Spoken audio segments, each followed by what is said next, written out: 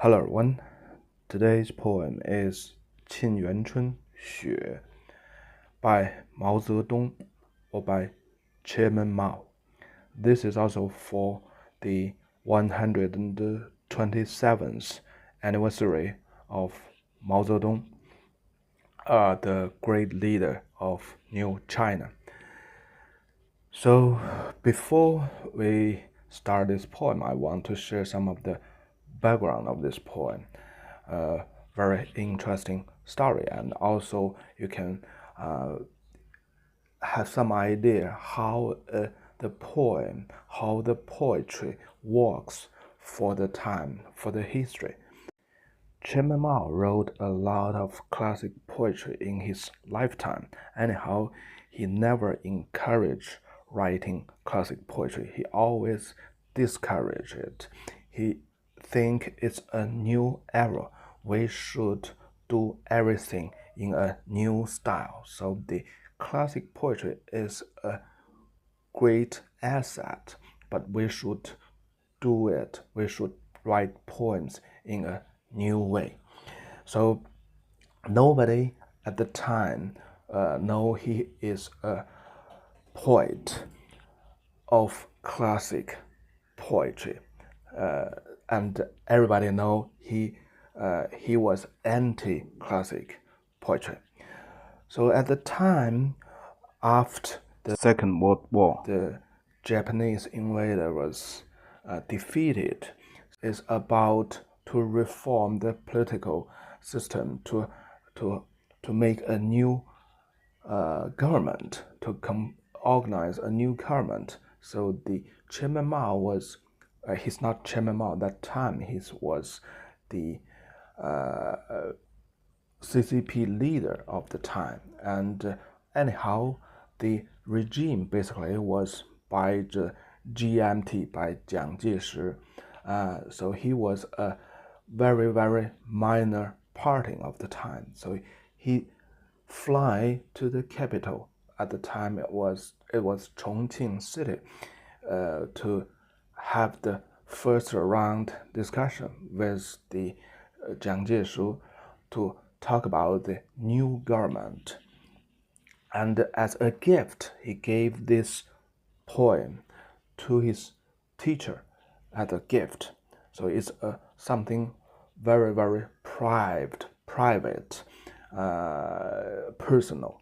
But anyhow, at the time, Chairman Mao was a political figure, and he was anti-classic poetry. So everybody was so curious about this classic poetry by Chairman Mao, and it was spread out privately very quickly in Chongqing City.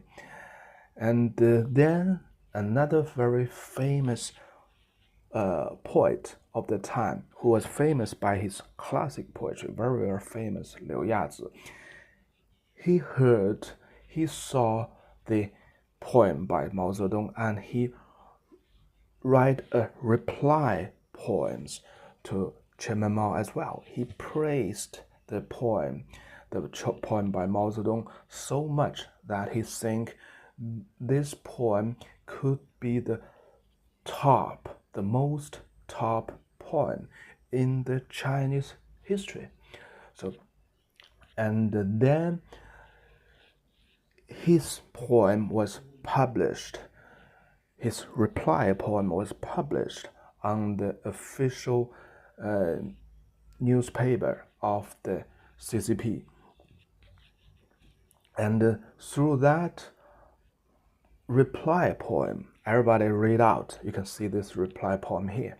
Everybody know that, wow, Chairman Mao Zedong write classic Chinese poetry.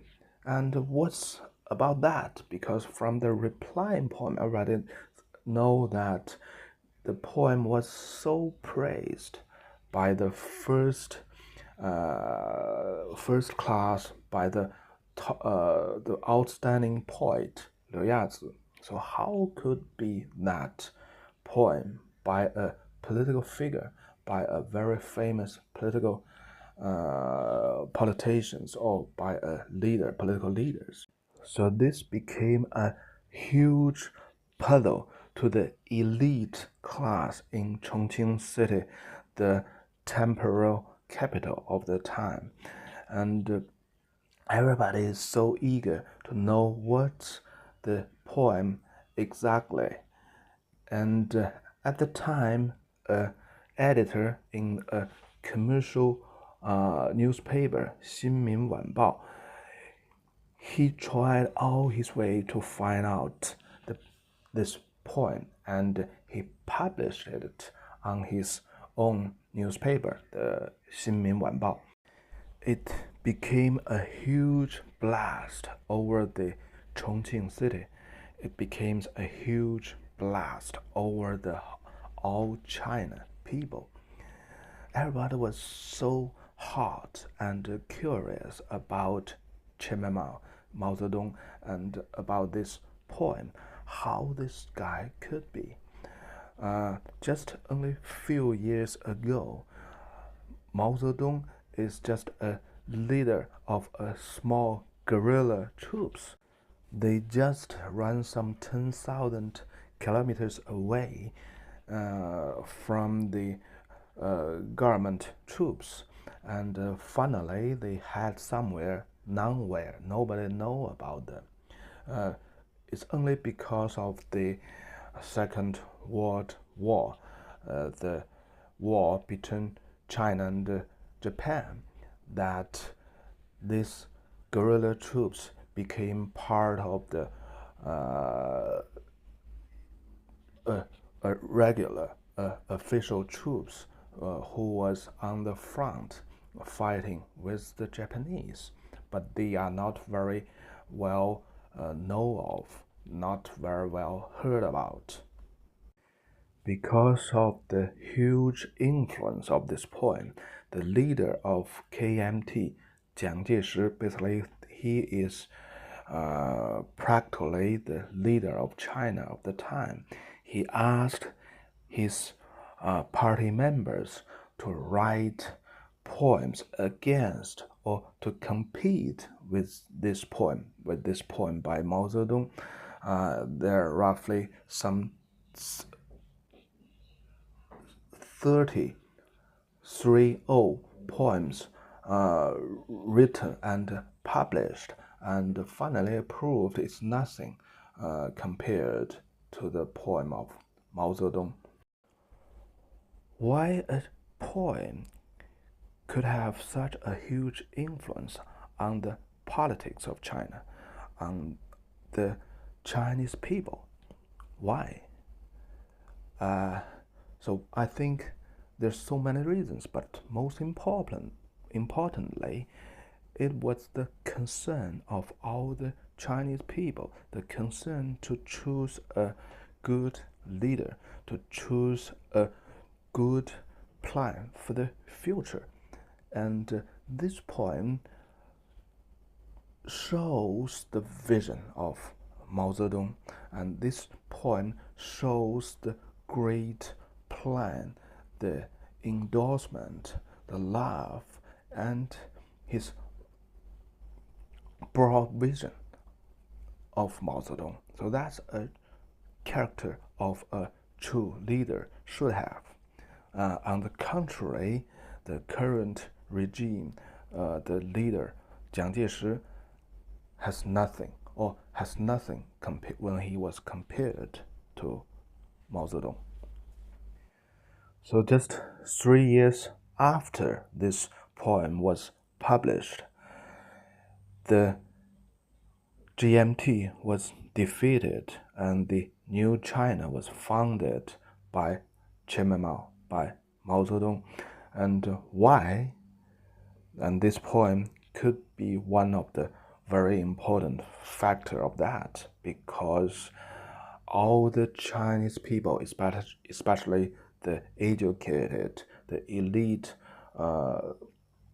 people, they know that Chairman Mao was the only choice for China.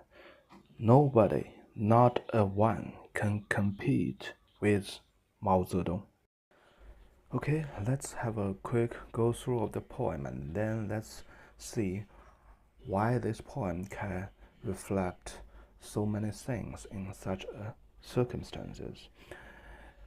The title 沁园春 雪 actually the first part is not title, it's the 词牌, so it defines the pattern of this poem, how many characters in a sentence and how many sentences in this poem. And it used to be to have a accompany music, but anything in the today's circumstances, the music was lost long time ago, several hundred years ago. So basically it's just a poem. It's just like a poem with long and short sentences, and so that's the thing. That's the 沁园春 defines too. The music part was lost. 雪 was the real title of this poem, the snow. So from the title we know it's something about the snow. Okay, the first is within 2 paragraphs. Let's see the first paragraph. 北国风光，千里冰封，万里雪飘. The northern states, the will of the northern states, the ice frozen for 1,000 miles, and 10,000 miles the snow was flying. So the first sentence was with very strong power and with vision. The poet looks into the vast landscape, 1,000 miles, 10,000 miles. It's all frozen. It's all snows. It's all white. Okay, the next sentence. 望长城内外，惟余茫茫，大河上下，顿失滔滔. So this is the place where Mao Zedong was at. So when he was writing this poem, he was just like a gangster, a very small group of guerrilla troops. They just finished the long march and settled down on this piece of land. You just look at the map. So it's surrounded by the Yellow River. It was along the historical Great Wall area. So this is talking about the real sense, the real wills. We are at the boundaries, and this Great Wall remind Chinese of a lot of things. The wars, the dynasties changed, so the long history of Chinese, so everything. So the second sentence brings us a lot of the things, history things. Is in the surface is about the wills surrounded the poet, surrounded Mao Zedong. So we look in the within the Great Wall. We look outside of the Great Wall. So it's a vast plan. So it's nobody. It seems nobody there. 惟余茫茫, 茫茫 normally means a vast plan with very few people or with no people, very wild place. Okay, the next sentence. 大河上下，顿失滔滔. The great river, the upstream, the downstream, the waves, the water was lost. 顿失滔滔. What that mean the wave was lost? Because it's in the winter's time. The Yellow River was frozen to ice. So that's a very special moment. So the Yellow River used to be is rushing so fast and powerful with great sound. So there's a lot of the several waterfalls very famous in this area, with huge sound, with huge waves, the water waves. And but when the winter comes, the power of nature changed everything. There are fundamental Chinese philosophies beneath. The Yellow River is so powerful, a nature wonder, while the heaven dominates everything, not to see the human beings. Okay, the next sentence. 山舞银蛇，原驰蜡象，欲于天公试比高.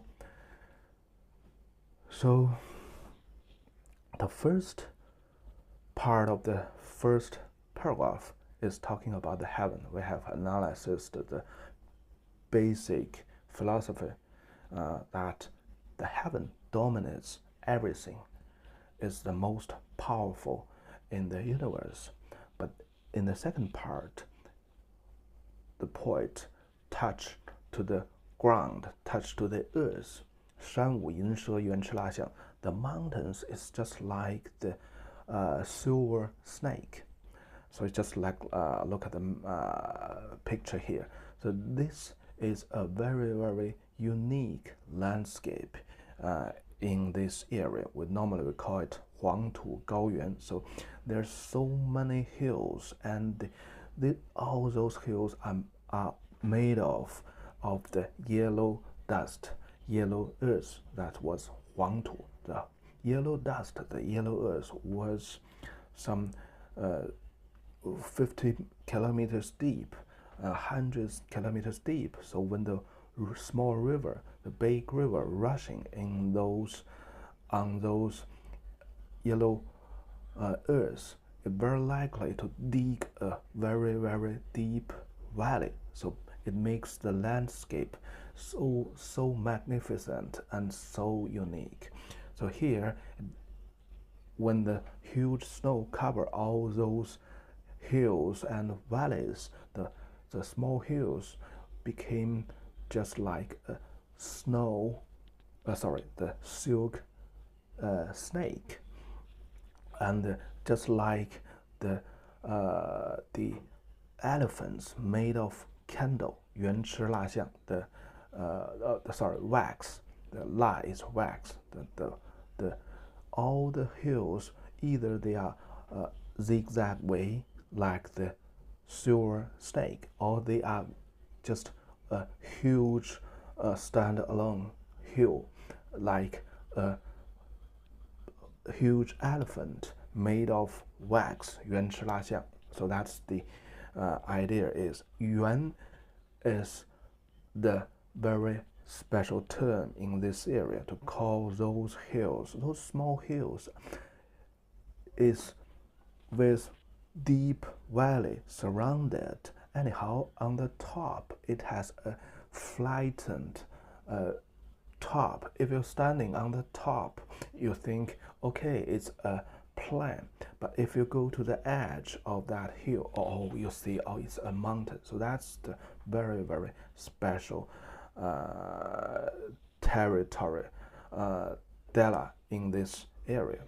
三五阴蛇原驰蜡. So this is very, very vivid and excellent description of the real places of this area. Okay, the next sentence. 欲于天公试比高. So the silver snakes, the elephants, the gesture is just like in motion. It's dynamic, and the silver snake is just like to rush over above and going above the heaven. The rushing elephants, the dashing elephants, was going above. It's just like to go over the heaven. So here it gave some of the lot of the dynamics here, that normally we think the earth is very stable, is still, but here with the description of or with the creativity of the poet, he imagines the creatures on the earth is going to fight with the heaven. And we don't believe the old philosophy that the heaven dominate everything.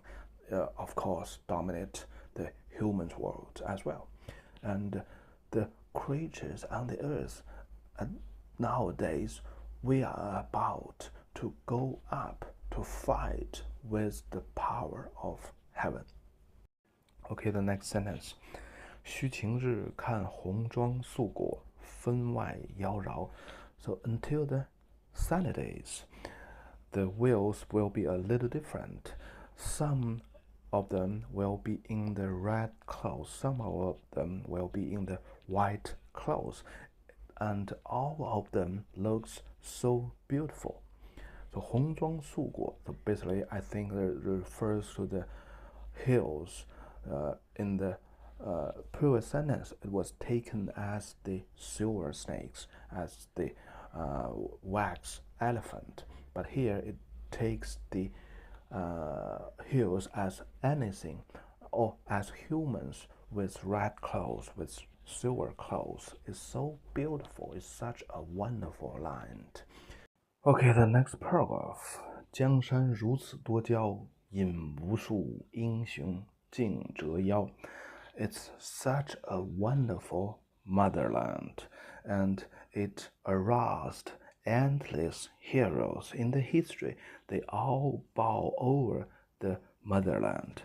So this is also a classic philosophy of Chinese, that the land, the earth, is the mother of humans, of everything, and we should pay our utmost respect to this land.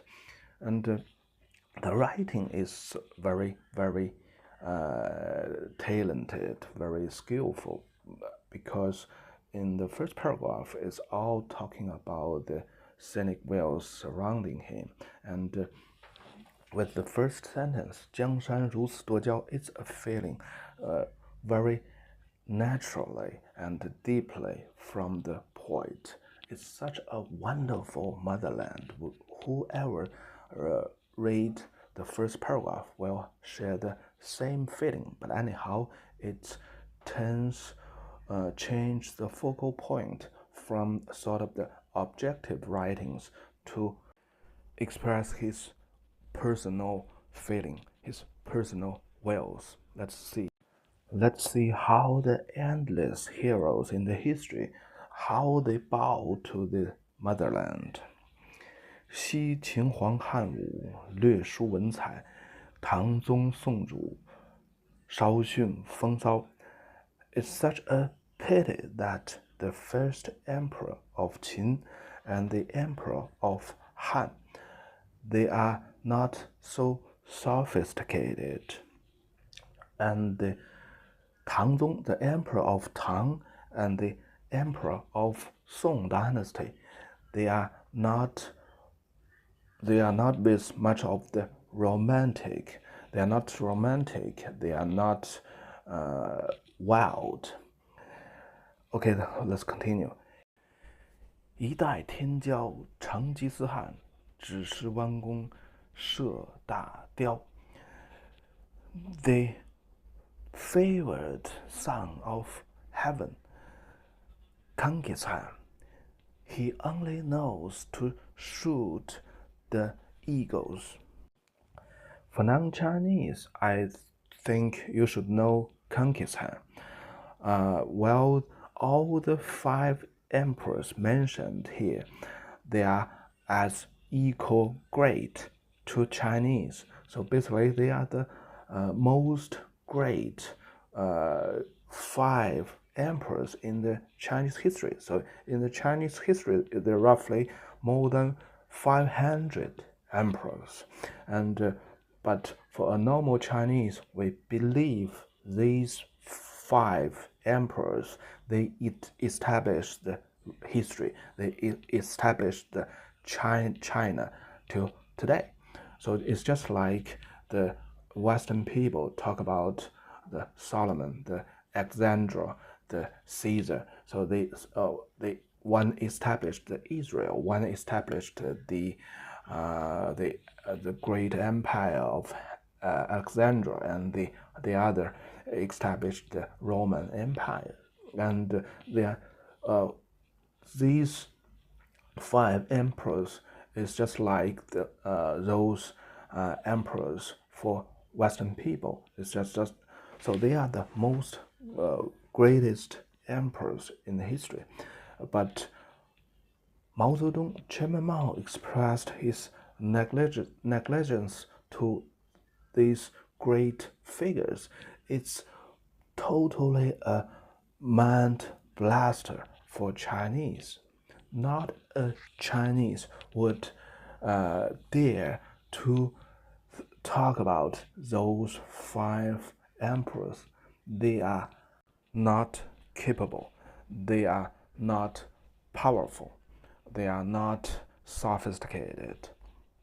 But anyhow, Chairman Mao expressed they have some of the defects.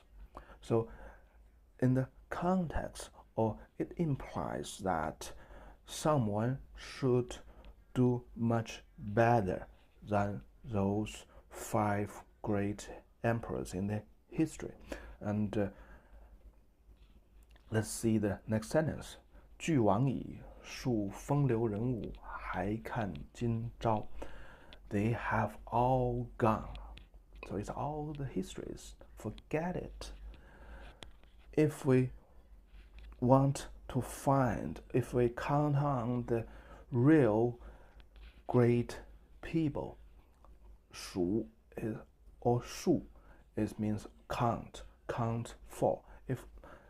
So use the figure to count 1, 2, 3. So if we want to count the real great people, let's check around in the temporary people. 还看今朝. So we should forget all those history people, the figures in the history. Let's see the people today. So who are the people today? Mao Zedong himself, or the leader of KMT, or some other guys? So just imagine, if you are the poet, if you write this poem by yourself, what do you express by this poem? Let's forget all those great history people. They are nothing. They all have some of the defects. They are not perfect. If we want to find some of the real great people, let's check around today. So yourself must be one of them, right? So it's a self-encouragement, and also it's a dedication by yourself that I would be that great person, and I would do my best for this wonderful motherland. So just imagine when Mao Zedong wrote this poem, the status of him is sort of the leader of a small guerrilla troops with tens, 20,000 armed soldiers, and they was forced to run away to a very, very remote place. This area used to be the very, very cold place in the China, in the ancient China, but at the time it's sort of the remote place. It's far from the public, from the media, so everybody is not familiar or don't know much of this small guerrilla troops of Mao Zedong himself. But one day, this guy wrote a poem, and he was with such a great vision. He was with such a great dedication. And at the time, the China has suffered so many for almost for 100 years from the Opium Wars. Everybody was looking for a great leader with dedication, with power, with vision, and to lead all the Chinese people get out of the poverty, get out of the bullied status. So the China was bullied all the time for almost 100 years. Everybody want we are self-sufficient, we are strong enough. No wonder Chairman Mao take the lead and take over all the China just 3 years later after this point. It's just because of the vast majority of people, they believe in this great leader. So that's how a poem works in the Chinese history. That's how a poem changed the history. And that's also an excellent example of the classic definition of the classic Chinese poetry, 诗言志. The poetry told the feelings and his dedications. This poem definitely is one of the best poems that self-explained the definition of poetry. Okay, that's for today. Bye-bye.